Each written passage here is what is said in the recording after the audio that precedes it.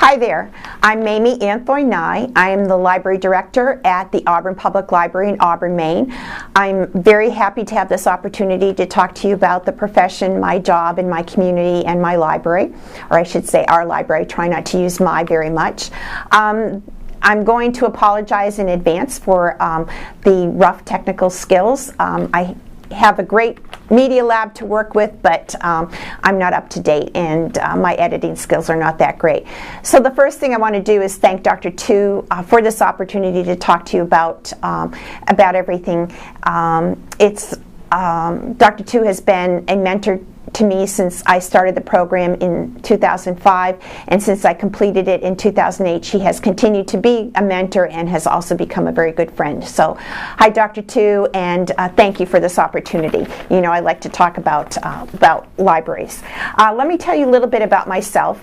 I have a varied background. I've done manufacturing, banking, accounting, law.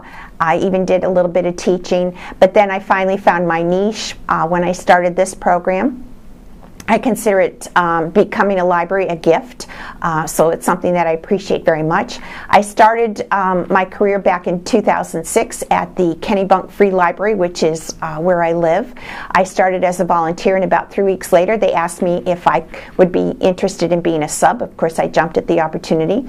And then about 6 months later, I talked my way into becoming the assistant director and the adult services librarian. I stayed in Kennebunk for a relatively short time and moved on to South Berwick to become the library director there. It was a very small library, but there was a promise of building a new library, and I was able to stay there for about 4 years and worked pretty much on the project. Unfortunately, I didn't get to see it through.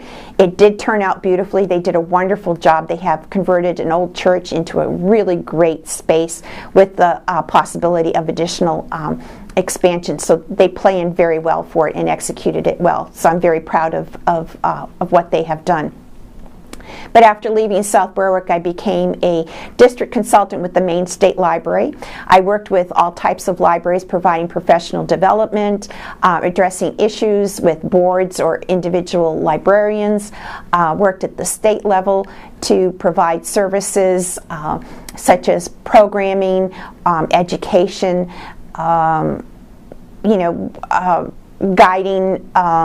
guiding the development of libraries in the state. It was a very rewarding job, but then this opportunity came up, and it was one that I couldn't refuse.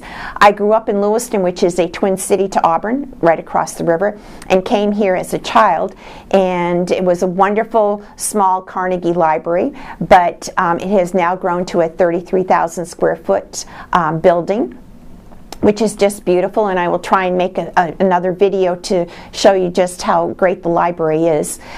They did a wonderful job with it. And so I jumped at the opportunity to come here. It has been very rewarding. Our mission here is to engage, enlighten, and enrich, and I think we do a very good job of that. So as the library director of this wonderful library, I like to tell people that it's a beautiful library with a great collection, a great staff, a great and supportive board, a supportive community, so it really is an ideal job. All aspects of the library fall at my feet. So as you can imagine, the budgeting part of it, the financial part of it, is a very big concern. I would say that takes up a very good part of my time. We're just about ready to enter another budget season. We are an independent library. We're a 501c3 corporation, nonprofit corporation. We receive 80% of our funding from the city, and 20% we have to raise. We do that through endowment income, an annual campaign, and a couple of events. We have a $1.2 million budget. About 60% of that is represented by personnel. We have 10 full-time people and 13 part-timers here, so it's an extensive staff. It's a great staff to work with. I have very few challenges. We all work together very well, so I'm very proud of that. We have, like I said, a great building, so that's an ongoing project for me. The building has now entered its 10th year since the renovation, so things are starting to look a little tired. We need some new carpeting, we need new upholstery for our chairs. There are a few heating and cooling issues that are ongoing, and once in a while something breaks, and yes, I do plunge toilets. But the biggest part of my job, I would say, is community relations, and there are a number of ways that we accomplish that. The staff gets out into the community as much as possible, and I'll talk about that more a little bit later. But since we are the third biggest expense for the city, I sit in on department head meetings and work with a couple of different committees. I belong to a couple of different community organizations, for example, the Chamber of Commerce and the Optimist Club. And as a matter of fact, I just returned from ringing a bell for the Salvation Army for the last 2 hours. It's a way to get out there and be seen. I go to as many city council meetings as possible. I consider that very important. It shows that the library not only is interested, but people see it. I'm there to understand what issues are going on in the community, and I'm also there to respond to any of the counselors' needs. For example, one of our counselors needed to have needed to know the number of farms here, because he's working on a farm project in the city. We do have a nice agricultural zone. And I was able to get him the information that he needed within a very short time, so he was very appreciated, and that's a big feather, appreciative, and that was a big feather in our cap.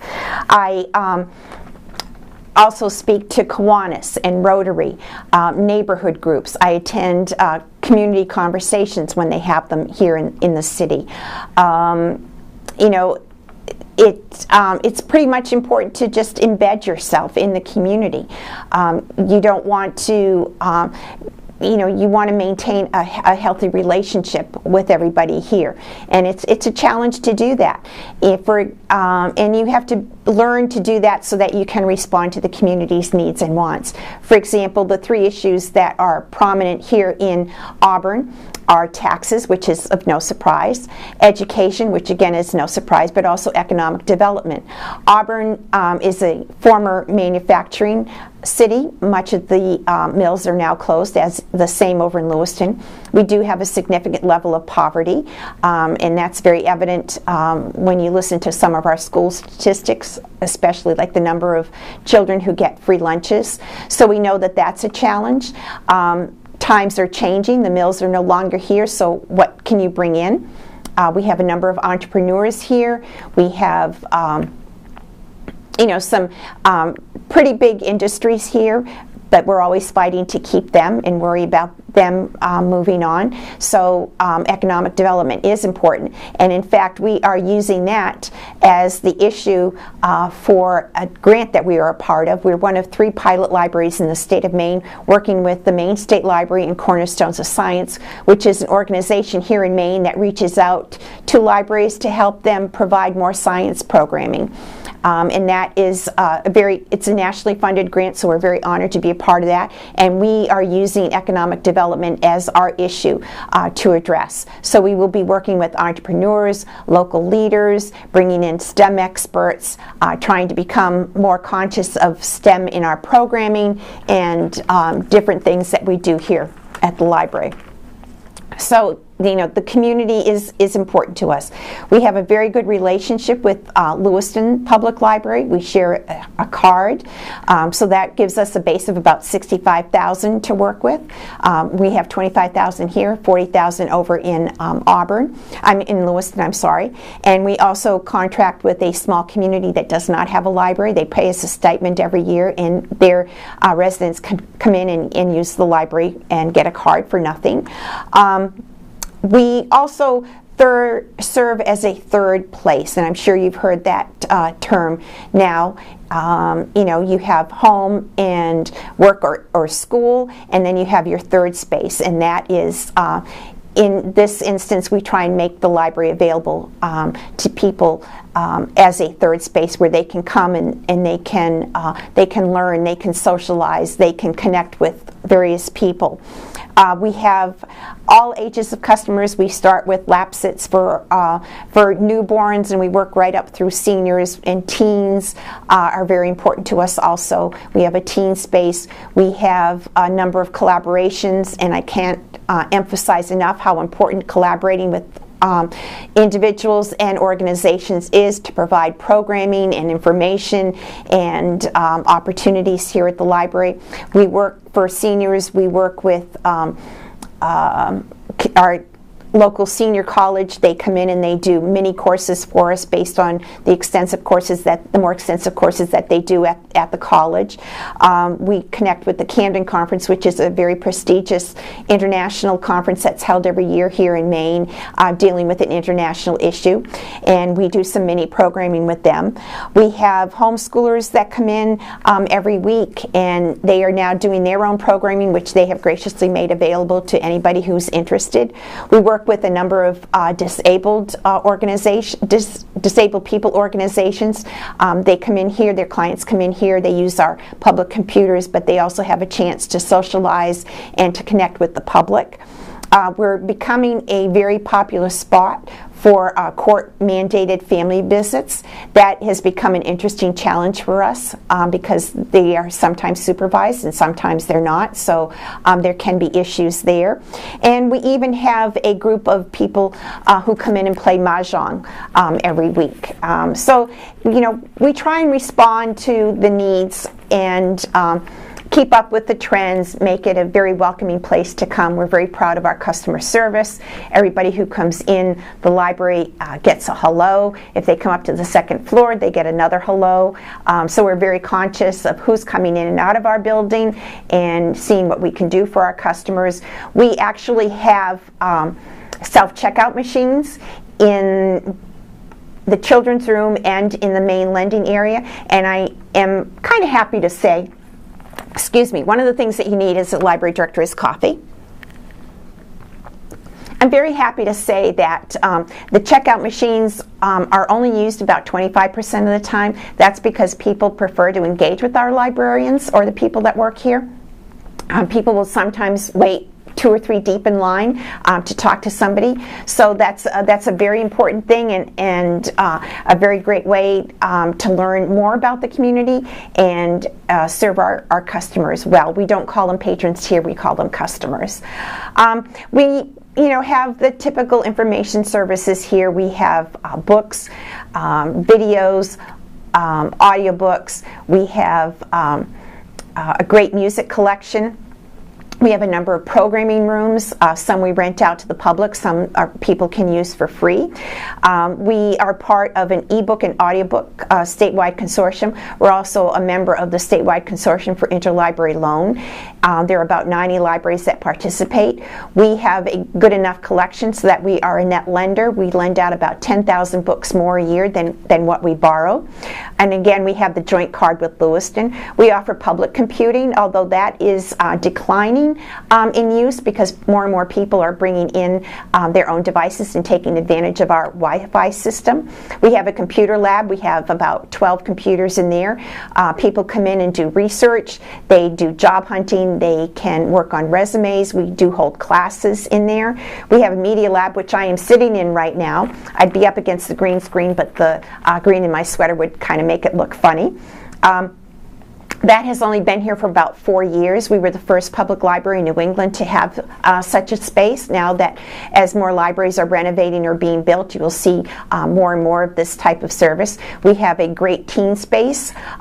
When they renovated the library, the teens started out on the first floor in just an open space, and they realized pretty quickly that couldn't work, so they were able to get a grant to construct a separate space for them. The teens that come in here don't necessarily engage in our library programming or take advantage of our library services, but it's a safe place for them to come, and we do offer extensive programming for them, which we do urge them to take advantage of, and they do have to walk by all of our books and videos so they see what services we have, and we do our best to connect with them.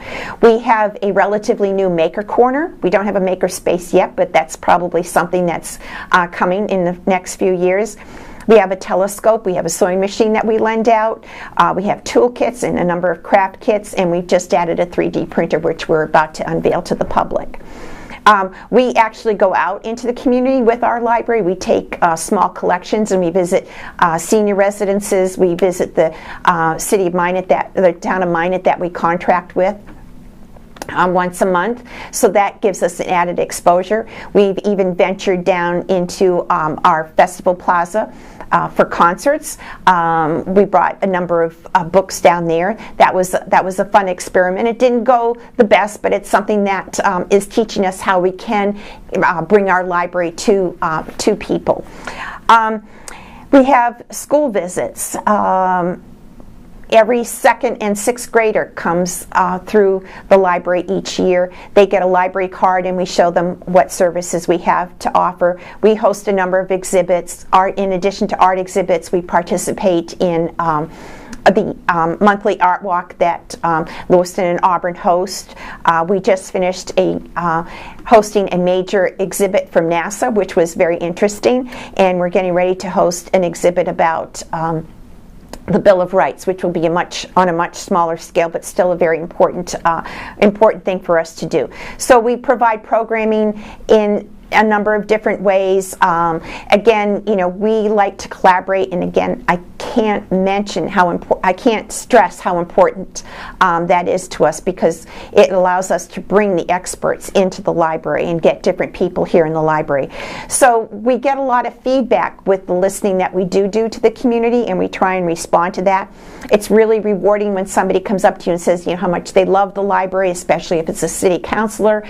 We get cards from people who thank us for our services. We get memorial gifts. So there's a great deal of support for from the community that means a lot to us, because it lets us know that we're being successful. So when we're listening, we try and figure out what the wants and needs of the community are and keep up with the trends. Of course, as I mentioned before, our public computing is dwindling, but more and more we're seeing people come in with handheld devices. So we have to keep up on that. So that's an important trend for us. The makerspace, of course, is getting out there. There's a little bit of regionalization, but I expect that to increase over the years as resources become slimmer in terms of funding. That we'll have to share more and more. I see that as an important trend, and again, being able to take the library out into the community. So that means that we pretty much have to stay on top of things. We do that in a number of different ways.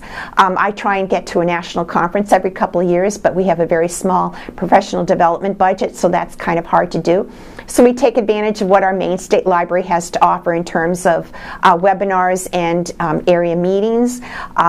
We read a lot. We take advantage of free online videos from resources like the state and Web Junction and publishers, and we do a lot of reading. We do some in-house training. We close a couple of times a year. For example, next week we have somebody coming to talk to us about the new service dog laws in Maine, and we've invited other libraries to come.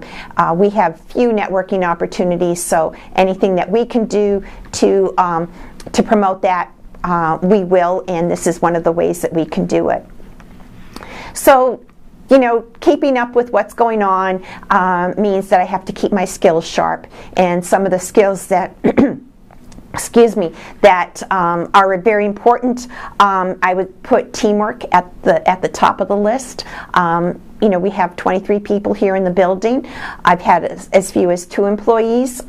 Sometimes, there are difficulties that have to be addressed, but working as a team is the best way to ensure that the library is successful. I try and listen as much as possible, and I try and be an active listener, which means that I listen to what people have to say and then give back to them, so that they will have a mutual understanding of what with what is said.